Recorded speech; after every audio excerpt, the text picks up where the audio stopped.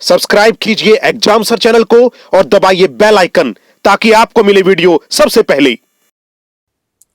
प्यारे विद्यार्थियों, एक बार फिर से आप सभी का स्वागत है आपके अपने चैनल एग्जाम सर पर।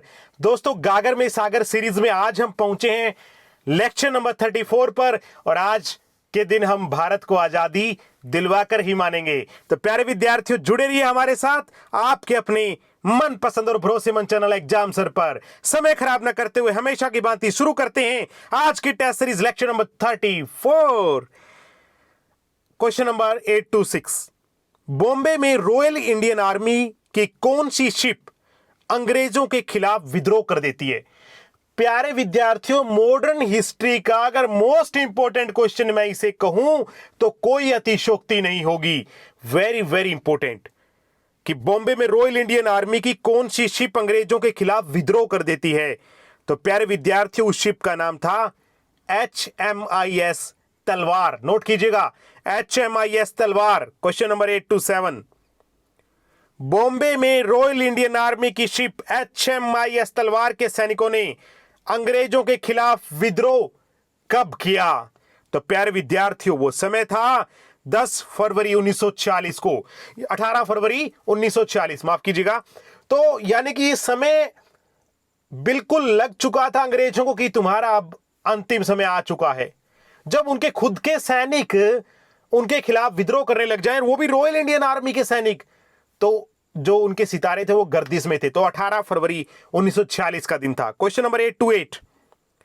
सन 1945-46 में हुए आम चुनाव में कुल कितनी सीटों पर चुनाव लड़ा गया? यह भी काफी इंपॉर्टेंट है कि 45-46 में आम चुनाव हुए थे, जिसमें अलग अलग पार्टी के हिसाब से यानी धार्मिक आधार पर भी वोट पड़े थे। उसके बारे में भी मैं बात करूंगा यहां पर। तो सबसे पहले कितनी सीटों पर चुनाव लड़ा गया? तो कुल सीटें थी 102, 102। Question number 8 to 9। सन 1945-46 में हुए आम चुनाव में कांग्रेस को कितनी सीटें मिली? तो प्यारे विद्यार्थियों, कांग्रेस को 57 सीटें मिली। 102 में से 57, यानी कांग्रेस के पास बहुमत था। समझ में आ रही है ना? Question number 830। सन 1945-46 में हुए आम चुनाव में कांग्रेस को कितने प्रतिशत गैर मुस्लिम वोट मिले? यानी कि देखिए, यहां पर दो तरह की बातें हो रही थी। कांग्रेस हिंदू कार्ड खेल रही थी और मुस्लिम लीग मुस्लिम कार्ड खेल रही थी। समझ में आ रहा है ना? तो प्यारे विद्यार्थियों, कांग्रेस को कितने प्रतिशत गैर मुस्लिम वोट मिले? गैर मुस्लिम यानी हिंदू या दूसरे धर्म, तो वो मिले थे 91%। नोट कीजिएगा, 91%, जो कि बहुत बड़ा एक आंकड़ा है। और इसी प्रकार अगर बात करें 831 क्वेश्चन नंबर, सन 1945-46 में हुए आम चुनाव में मुस्लिम लीग को कितने प्रतिशत मुस्लिम वोट मिले? क्योंकि मुस्लिम लीग मुस्लिम वोटों को रिझाने में लगी हुई थी।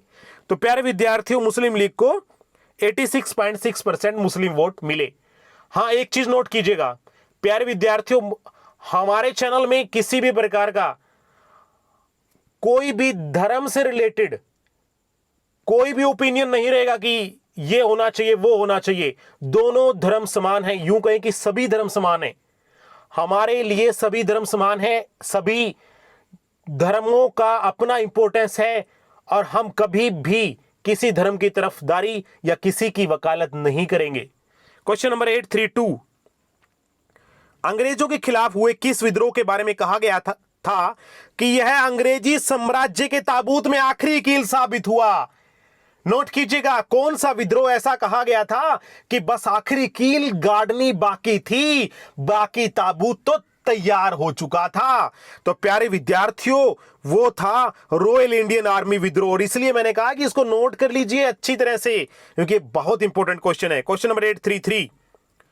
पंजाब, बंगाल और सिंध में आरक्षित सीट में से कितनी सीट मुस्लिम लीग जीतती है? तो प्यारे विद्यार्थियों, कुल 30 सीटें पंजाब, बंगाल और सिंध में जो आरक्षित होती हैं, मुस्लिम लीग उन पर विजय हासिल करती है। Question number 834। Cabinet mission Bharat कब आया?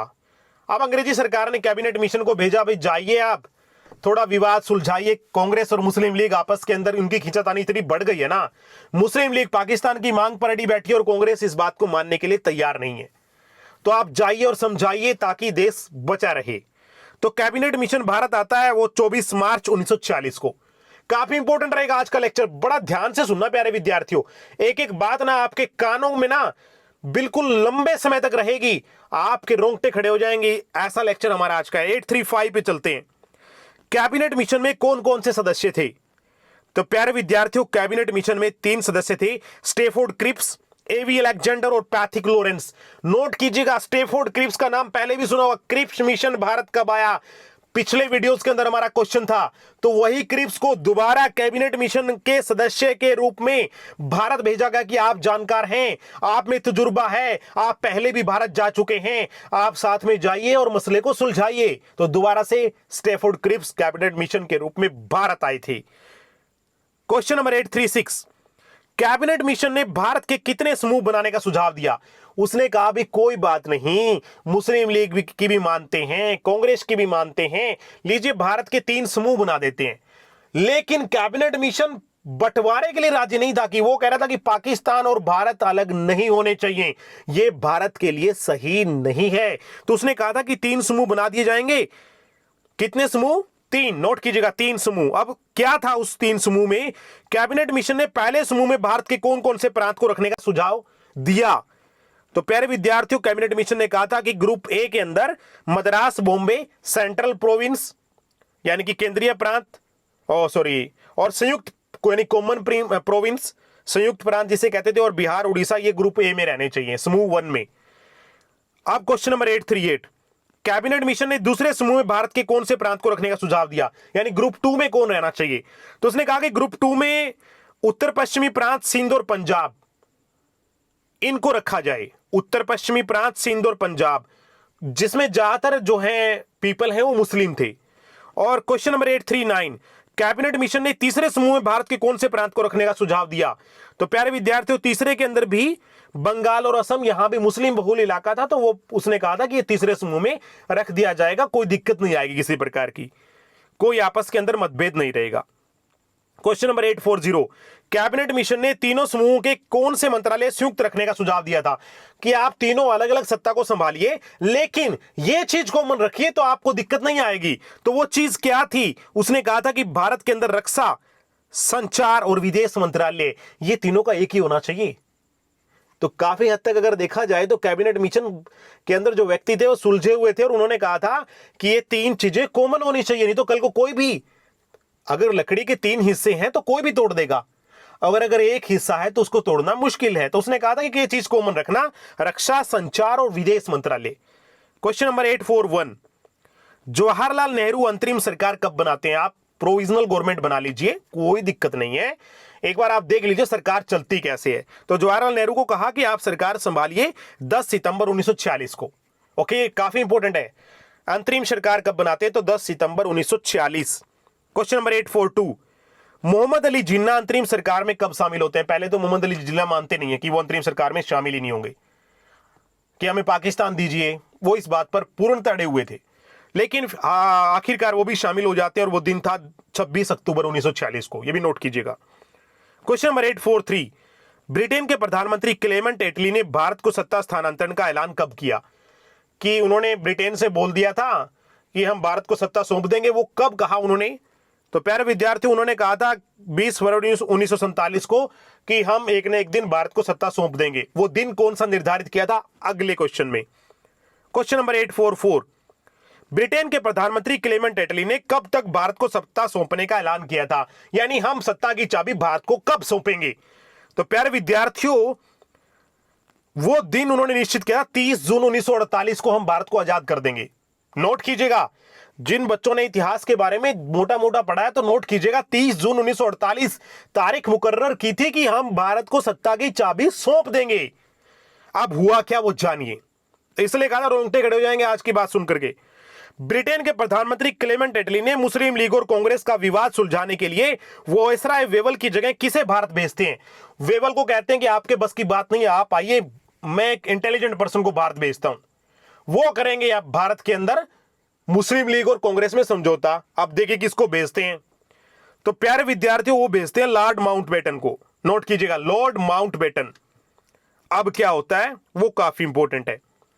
ब्रिटेन के प्रधानमंत्री क्लेमेंट एटली ने मुस्लिम लीग और कांग्रेस का विवाद सुलझाने के लिए माउंटबेटन को कब तक का समय देते हैं कि आपको इस तारीख तक सुलझाना है। मुझे नहीं पता कैसे सुलझाना है, मुझे तो 30 जून 1948 को सत्ता की चाबी सौंपनी है, तो उससे पहले आपको सुलझाना पड़ेगा। तो उन्होंने कहा कि अक्टूबर 1947 तक आप इनका मसला सुलझा दीजिए। नोट कीजिएगा, अक्टूबर 1947 तक का समय माउंटबेटन को दिया था, पर माउंटबेटन ने कौन सी चाल खेली जो भारत के लिए आत्मघाती साबित हुई। अगले क्वेश्चन में, क्वेश्चन नंबर 847, माउंटबेटन अपना प्लान कब प्रस्तुत करते हैं कि मेरा ये प्लान है। नोट कीजिएगा।